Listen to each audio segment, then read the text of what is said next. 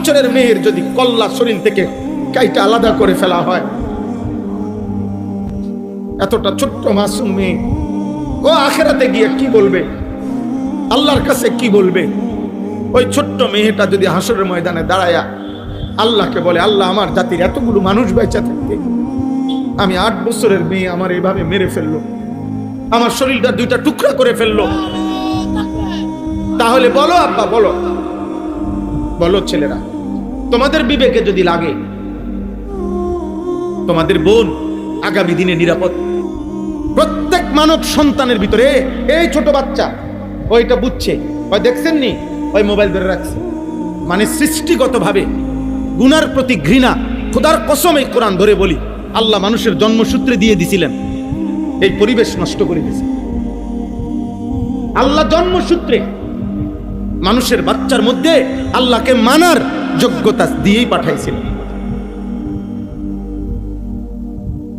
কিন্তু আমরা আফসোস, আমরা সবাই মিলে আমাদের সমাজ ছেড়ে দিছি। আমরা, তোমরা বলো ভাই, তোমরা যারা 18 বছর 14 বছর 16 বছরের ছেলে, তোমরাই বলো, তোমাদের ছোট বোন আছে না কারো? তো তোমাদের বোন আগামী দিনে কেমনে নিরাপদ থাকবে বলো ভাই? সবাই মিলে যেভাবে তোমরা মোবাইলে পাগল হয়ে গেলা, সবাই যে যা পাইতেছো দেখতেছো, সবাই মনে করে চাচ্ছ সারা পৃথিবীর সব নারী, তোমার দেশের সব মহিলা উলঙ্গ হয়ে যাক, তুমি সবাইকে দেখতে চাচ্ছ, তাইলে আগামী দিনে তোমার বোন বাঁচবে কেমনে? তোমার কন্যা বাঁচবে কেমনে?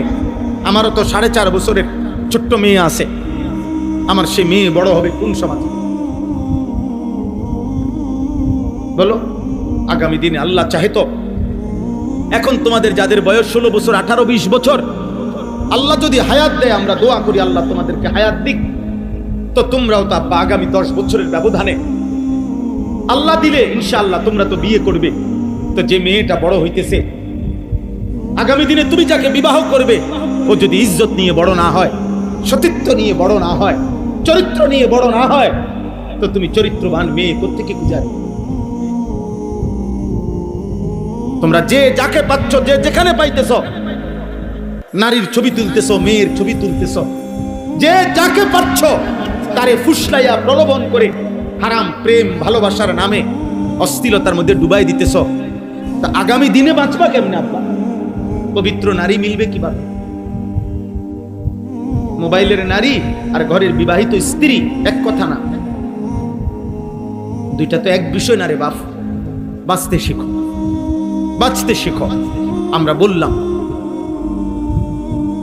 এটা একক কোনো সরকারের দায়ী করলে হবে না, একটি দেশের সম্মিলিত জনগণ আমরা, ছোট বড় নাবালেগ বয়স্ক নারী পুরুষ, আমাদের প্রত্যেকের সচেতনতা, প্রত্যেকের সামষ্টিক প্রচেষ্টা আমাদের সমাজ থেকে এই মুহূর্তে বাংলাদেশে একেবারে মরণ ব্যাধি, একেবারে মহামারীর মতো ধর্ষণ এবং পরকীয়া বাংলাদেশের এই মুহূর্তে একেবারে চ্যালেঞ্জিং পর্যায়ে পৌঁছে গেছে, যা যদি এই মুহূর্তে নিয়ন্ত্রণ করা না হয়, আমার দেশের ভবিষ্যৎ পুরোপুরি অন্ধকার হয়ে যাবে, পুরোপুরি। এজন্য তোমরা প্রত্যেকটা যুবক যার যার জায়গা থেকে, আমরা আওয়ামী লীগ বিএনপি বুঝি না, আমরা জাতীয় পার্টি জামাত ইসলাম বুঝি না, আমরা বুঝি 18 কোটি বাংলাদেশের প্রত্যেকটা জনগণ বলতে হবে, দর্শকের বেবিচারীর নগদ বিচার চাই, নগদ শাস্তি চাই, আমরা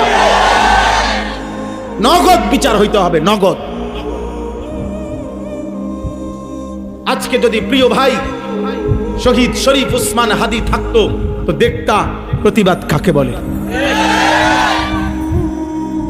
ইমানদার চলে গেছে, সাহসী যুবক চলে গেছে, নয়তো দেখতা তুলপার হয়ে যাইত। আল্লাহ পাক আবার আমার দেশে তোমাদের মাঝ থেকে হাদির মতো সন্তান আল্লাহ কবুল করে নেন। দয়া করো, প্রত্যেকেই ফিকির করো, আখলাকের হেফাজত করো। আব্বা, তোমার মা আছে, তোমার বোন আছে,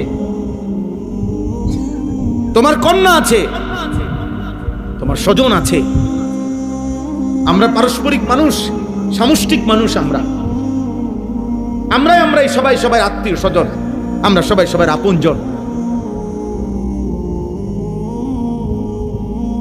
আমাদের মা, আমাদের বোন আমাদের নারী, আমাদের কন্যারা যদি আমাদের সমাজে নিরাপদে থাকতে না পারে, যেখানেই লাঞ্ছিত হয়, যেইখানেই হোক, যার দ্বারাই হোক, সেটাই চরম ঘৃণিত এবং তার বিরুদ্ধেই প্রতিবাদ করা আমাদের দায়িত্ব। সে যেই হোক, আমার ঘরের হোক, আপনজন হোক আর দূরের হোক, আমার সমগোত্রীয় হোক অথবা অন্য গোত্রের হোক, ধর্ষক ধর্ষকই, ব্যভিচারী ব্যভিচারী, আমরা ধর্ষককে থুতু মারি, আমরা ব্যভিচারীকে আমরা থুতু মারি, চরিত্রহীনকে আমরা ঘৃণা করি, ঘৃণা করি। আল্লাহর নবী সাল্লাল্লাহু আলাইহি সাল্লাম বলেছেন, দুইটা পাপ মারাত্মক, একটা হলো জিনা, ব্যভিচার, নারীর সাথে হারাম সম্পর্ক, আরেকটা হলো মদ পান করা, নেশা করা, নেশা। খোদার কসম হাদিসে আছে, নবীজি বলছে, যে নেশা করে এবং জিনা করে, প্রিয় ভাই মনে রাখেন, আল্লাহর নবী বলেন, জিনাকার যখন জিনা করে, নেশাখোর যখন নেশা করে, এর ঠিক তার পূর্ব মুহূর্তে আল্লাহ ওই নাফরমানের কলিজার থেকে ঈমান টেনে বাইর করে ফেলে, যেভাবে গায়ের জামা খুলে ফেলে। নবীজি হাদিসে উদাহরণ দিয়েছেন। নবীজি সাল্লাল্লাহু আলাইহি সাল্লাম বলেন, মান শারিবাল খামরা মান জানা ওয়া শারিবাল খামরা, যে ব্যভিচার করে এবং মদ পান করে, আল্লাহ তার অন্তর থেকে নাজা আল্লাহু মিন কলবিহিল ঈমান, আল্লাহ তার অন্তর থেকে ঈমান এভাবে খুলে ফেলে, কামা ইয়াখলাউল ইনসানু আল কামিসা মিন রাসিহি, মানুষ যেমন তার গায়ের জামা খুলে ফেলে। আল্লাহ যেন বলে, নারীর সাথে হারাম সম্পর্ক করতে যাচ্ছ, বেঈমান, দাঁড়া, আমার ঈমান আমারে দিয়া যা, যা এবার যা, যা বেঈমান, এবার যা। আল্লাহ যেন মদখোর নেশাখোরকে বলে, নেশাখোর, গাঁজাখোর, ফুট্টাখোর, বাবাখোর, নেশা করতে যাচ্ছ, দাঁড়া, আমার ঈমান আমারে দিয়া যা, যা এবার যা, এবার যাও। বলেন নাউযুবিল্লাহ। কত বড় বিপদের কথা ভাই। এই ঈমান যদি আর ফেরত না আসে, এই ঈমান যদি আর ফেরত না আসে, তো চিরস্থায়ী জাহান্নাম। ঈমানবিহীন কবরে গেলে চিরস্থায়ী জাহান্নামী না? কথা বলে না তো? এই অবস্থায় যদি মৃত্যু হয়, উলঙ্গ ছবি দেখতে দেখতে তুমি যে রাত গভীরে ঘুমায় গেলা, আর যদি ঘুম না ভাঙে, প্রতিদিন সারা পৃথিবীর আন্তর্জাতিক রিপোর্ট এটা, প্রত্যেক দিন সারা পৃথিবীতে প্রতি বছর কয়েক মিলিয়ন মানুষ শুধু ঘুমেই মারা যায়। এটা আন্তর্জাতিক হিসাব, কয়েক মিলিয়ন। 1 মিলিয়ন মানে 10 লাখ, 10 লক্ষ হলে 1 মিলিয়ন হয়, এরকম কয়েক মিলিয়ন মানুষ, মানে কোটি কোটি মানুষ ঘুমেই মরে যায়। আর ঘুম, আমার নিজস্ব জানাশোনা, আমার আত্মীয়র মধ্যে 2 জন মানুষ এমন, 2 জন, একজন মাঝ বয়সী, আরেকজন একটু বয়স্ক, ঘুমের মধ্যে মারা গেছে। জলজ্জান্ত মানুষ, একজন প্রফেসর, শুইছে রাত্রে, ভালো মানুষ, সকালবেলা দরজা ভাঙ্গিয়া, জানালা আরে চিটকারি ভাঙ্গিয়া এরপরে বাইর করছে, মরা। এই জন্য আমরা তোমাদের ভালোর জন্য বলছি, আমি কঠোর বললাম, শক্ত বললাম, আমার সমাজ অনিরাপদ হয়ে গেছে। প্রতিদিন পত্রিকার পাতা দেখেন, আপনারা খবর শুনেন, বাবা চাচা যারা আছেন, আপনারা একটু খবর শুনেন, পরকীয়া কি পরিমাণ, নারী পুরুষকে হত্যা করে, পুরুষ নারীকে হত্যা করে, নারী আরেক পুরুষের জন্য নিজের কোলের বাচ্চা মাইরা ফেলে। এরকম জঘন্যতা পৃথিবীতে তো আইয়ামে জাহিলিয়াতে, সেই ইসলাম পূর্ব বর্বর যুগতে এমন কাহিনী ছিল। এ কোন সমাজ আমাদের? এ কোন পৃথিবীতে আমরা আসছি? নারীর স্বামী আছে, অন্য পুরুষ খুঁজে, পুরুষ স্ত্রী আছে, অথচ নাফরমান ব্যভিচারী অন্য নারী তালাশ করে। আস্তাগফিরুল্লাহ, আস্তাগফিরুল্লাহ। আরে কি আশ্চর্য কথা! আপনারা দেখেন পত্রিকার রিপোর্ট, প্রতিদিনকার রিপোর্ট শুনেন, চ্যানেলের খবরগুলো শুনেন, কি বলে প্রতিদিন। এই জন্য আমরা আলহামদুলিল্লাহ জায়গায় জায়গায় এতটুকু। এবার আসেন একটু এদিকে বলি, এদিকে বলি মানে হলো, রাত্রি যত অন্ধকার হয়, রাত যত গভীর হয়, এ কথাও সত্য, আলো তত কাছায়া যায়। এখন বাজে মাত্র 9:22, বোঝা গেল এখনো রাত বাকি অনেক। কিন্তু যদি বাজে রাত 3টা, অন্ধকার যদিও খুব গভীর, কিন্তু বুঝতে হবে ভোর কাছায় গেছে, সকাল কি হয়ে গেছে, কাছায় গেছে, আলো কাছায় গেছে। এই জন্য চরিত্রহীনতা, অসভ্যতা, মারামারি, খুনি, হত্যা, খুন, ধর্ষণ, ব্যভিচার, হারাম, নাফরমান, অশ্লীলতা, বেহায়াপনা, এটা যেমন খুব বেড়ে গেছে, বুঝা গেছে আরেক পিঠে আলো কাছায় গেছে। এজন্য আলহামদুলিল্লাহ সারা বাংলাদেশে এখন, সারা বাংলাদেশে গলিতে গলিতে গলিতে গলিতে আলহামদুলিল্লাহ আল্লাহর দয়ায় মুসলিম নওজোয়ান, এই 18-20 বছরের কিশোর যুবকরা ইসলামের দিকে, কোরআনের দিকে, ওয়াজ মাহফিল, নসিহত, আল্লাহর দ্বীনের দিকে ব্যাপকভাবে এগিয়ে আসছে। আলহামদুলিল্লাহ আলো কাছায় গেছে। কালকে আমি যেখানে মাহফিল করছি কুমিল্লা সদর দক্ষিণ, ওনারা আমারে দেখাইছে হুজুর ক্লাস 6, 7, 8, সর্বোচ্চ ক্লাস 8 পর্যন্ত পড়ে এই 3 ক্লাসের বাচ্চা প্রায় 25 থেকে 26 জন, ওরা এই মাহফিলটা সাজাইছে। মানে কালকে আমি যেন ওয়াজ করছি, কয়েছে হুজুর আমাদের সবচেয়ে বড় লিডার ক্লাস 8-এ। তাহলে বোঝা গেল আলো কাছায় গেছে, আলো কি কাছায় গেছে। আলহামদুলিল্লাহ প্রত্যেক জায়গায় সারা বাংলাদেশে আমরা, সেদিন আমি সিলেট ফজরের নামাজের পরে বাদ ফজর বয়ান করছি, এই 3-4 দিন আগে। আমরা একটা কাজ করি সারা বাংলাদেশে, ফজর ক্যাম্পেইনের কাজ করি, অর্থাৎ ফজরের নামাজে মুসল্লি বৃদ্ধির জন্য সারা বাংলাদেশে আমরা ফজরের মুসল্লি বৃদ্ধির জন্য প্রচারণা করি। কিশোর যুবকদের মাঝে ছেলেরা ফজর পড়বে, ফজরের নামাজই হবে। আমাদের বিজয় ফজরের নামাজে, কোরআন শরীফে আছে, সূরা বনী ইসরাইলের মধ্যে আছে ফজরের নামাজ বিজয়ের নামাজ, ফজরের নামাজ। এই জন্য ফজরের নামাজের অনেক ফজিলত। নবীজি সাল্লাল্লাহু আলাইহি সাল্লাম বলছে ফজরের নামাজ মুমিন আর মুনাফিকের পার্থক্য করে। কোন ব্যক্তি মুমিন না মুনাফিক, আল্লাহর কসমে কোরআন ধরে বললাম, নবীজির হাদিস মতে এটা প্রমাণ হয় কিভাবে, ফজরের নামাজে। নবীজি যাকে ফজরের নামাজে অনুপস্থিত দেখতেন তাকে মুনাফিক মনে করতেন। সাহাবায়ে কেরাম বলছেন আমরা নবীজির জামানায় যাকে আমরা ফজরের জামাতে না দেখতাম, খোদার কসম আসানা বিহিজ জান, হযরত আব্দুল্লাহ ইবনে ওমর বলেন আমরা তাকে ভাবতাম হয় রোগাক্রান্ত আর নয়তো মুনাফিক। লোকটি হয় অসুস্থ যার কারণে আসতে পারে নাই, আর নয়তো মুনাফিক। মুনাফিক মুনাফিক কোরআনুল কারীমে স্পষ্ট আছে মুনাফিকের ব্যাপারে। আল্লাহ বলছে মুনাফিক এমন, মূলতই সে আল্লাহর পথে আসতে চায় না। ওয়ালাউ আরাদুল খুরুজা লা আ'আদ্দু লাহু উদ্দা। আল্লাহ বলে সে যদি আসলে আমার পথে বের হইতে চাইতো তাহলে কিছু প্রস্তুতি নিত। মানে আসলে যদি সে ফজরের নামাজ পড়তে চাইতো তাহলে সে মোবাইলে অ্যালার্ম দিত, তাইলে সে অ্যালার্মওয়ালা ঘড়ি কিনতো, তাইলে তার আগে আগে ঘুমাইয়া যাইতো, তাইলে সে 1-2 সাথে পরামর্শ করত যে ভাই আমি কিভাবে উঠতে পারি। এই নিয়ে তার কোনো মানসিক প্রস্তুতি নাই, এটা তার কলজার ভিতরেও নাই। তাইলে আল্লাহ তাআলা বলছেন এটা মুনাফিকের চিহ্ন। ওয়ালাকিন কারিহাল্লাহুম বিআসাহুম ফাসাব্বাতাহুম ওয়া ক্বিলা কুদু মাআল কাঈদিন। আল্লাহ কোরআনে বলছে মূলত মুনাফিক এমন, আল্লাহই চায় না মুনাফিক ইমানদারের সুরত ধরুক। আল্লাহ বলেন আমি চাই না, মুনাফিক ঘৃণিত, এই জন্য আমি চাই না ওই আমার পথে আসুক, যা।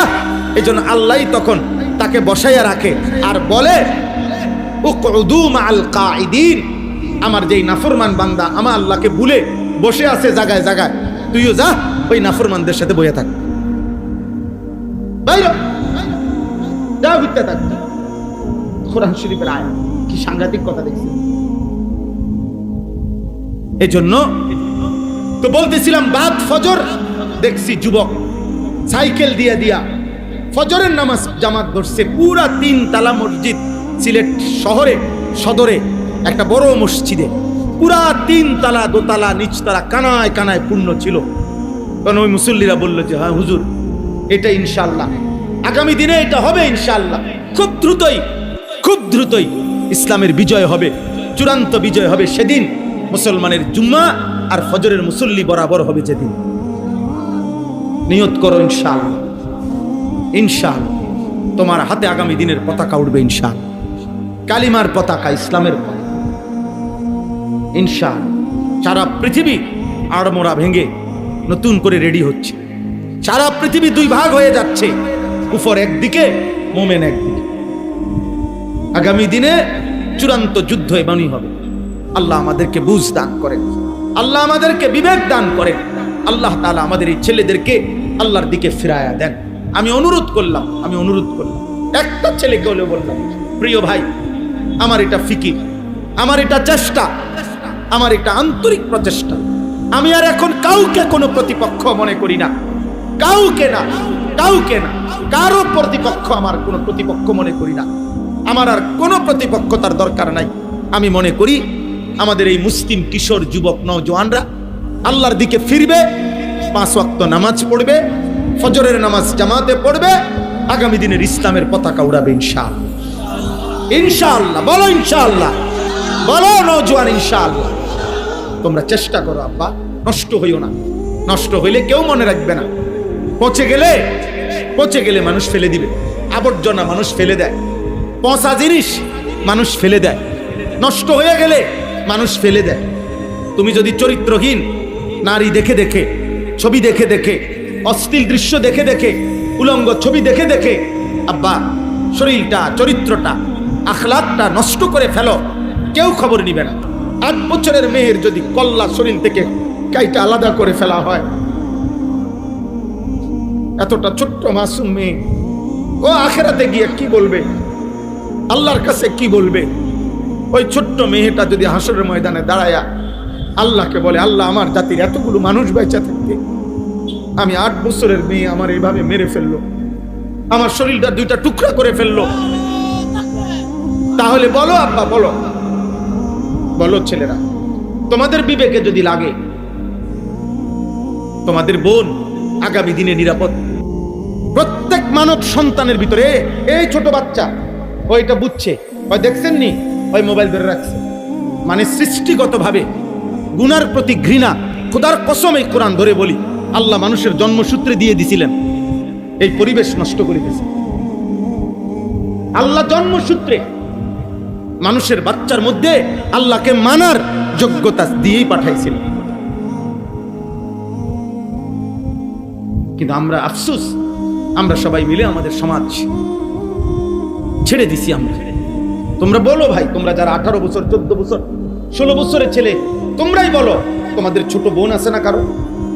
তো তোমাদের বোন আগামী দিনে কেমনে নিরাপদ থাকবে বলো ভাই? সবাই মিলে যেভাবে তোমরা মোবাইলে পাগল হয়ে গেলা, সবাই যে যা পাইতেছো দেখতেছো, সবাই মনে করে চাচ্ছ সারা পৃথিবীর সব নারী, তোমার দেশের সব মহিলা উলঙ্গ হয়ে যাক, তুমি সবাইকে দেখতে চাচ্ছ। তাইলে আগামী দিনে তোমার বোন বাঁচবে কেমনে? তোমার কন্যা বাঁচবে কেমনে? আমারও তো 4.5 বছরের ছোট্ট মেয়ে আছে, আমার সে মেয়ে বড় হবে কোন সমাজে বলো? আগামী দিনে আল্লাহ চাহে তো, এখন তোমাদের যাদের বয়স 16 বছর, 18, 20 বছর, আল্লাহ যদি হায়াত দেয়, আমরা দোয়া করি আল্লাহ তোমাদেরকে হায়াত দিক, তো তোমরাও তো আগামী 10 বছরের ব্যবধানে আল্লাহ দিলে ইনশাআল্লাহ তোমরা তো বিয়ে করবে। তো যে মেয়েটা বড় হইতেছে, আগামী দিনে তুমি যাকে বিবাহ করবে, ও যদি ইজ্জত নিয়ে বড় না হয়, সতীত্ব নিয়ে বড় না হয়, চরিত্র নিয়ে বড় না হয়, তো তুমি চরিত্রবান মেয়ে কোত্থেকে খুঁজাবে? তোমরা যে যাকে পাচ্ছ, যে যেখানে পাইতেছ, নারীর ছবি তুলতেছ, মেয়ের ছবি তুলতেছ, যে যাকে পাচ্ছ তারে ফুসলাইয়া প্রলোভন করে হারাম প্রেম ভালোবাসার নামে অশ্লীলতার মধ্যে ডুবাই দিতেছ। তা আগামী দিনে বাঁচবা কেমনে আব্বা? পবিত্র নারী মিলবে কিভাবে? মোবাইলের নারী আর ঘরের বিবাহিত স্ত্রী এক কথা না, দুইটা তো এক বিষয় না রে বাপ। বাঁচতে শিখো, বাঁচতে শিখো। আমরা বললাম এটা একক কোনো সরকারের দায়ী করলে হবে না। একটি দেশের সম্মিলিত জনগণ আমরা, ছোট বড় নাবালেগ, বয়স্ক নারী পুরুষ, আমাদের প্রত্যেকের প্রত্যেকের সচেতনতা, প্রত্যেকের সামষ্টিক প্রচেষ্টা আমাদের সমাজ থেকে এই মুহূর্তে বাংলাদেশে একেবারে মরণ ব্যাধি, একেবারে মহামারীর মতো ধর্ষণ এবং পরকীয়া বাংলাদেশের এই মুহূর্তে একেবারে চ্যালেঞ্জিং পর্যায়ে পৌঁছে গেছে, যা যদি এই মুহূর্তে নিয়ন্ত্রণ করা না হয় আমার দেশের ভবিষ্যৎ পুরাপুরি অন্ধকার হয়ে যাবে, পুরাপুরি।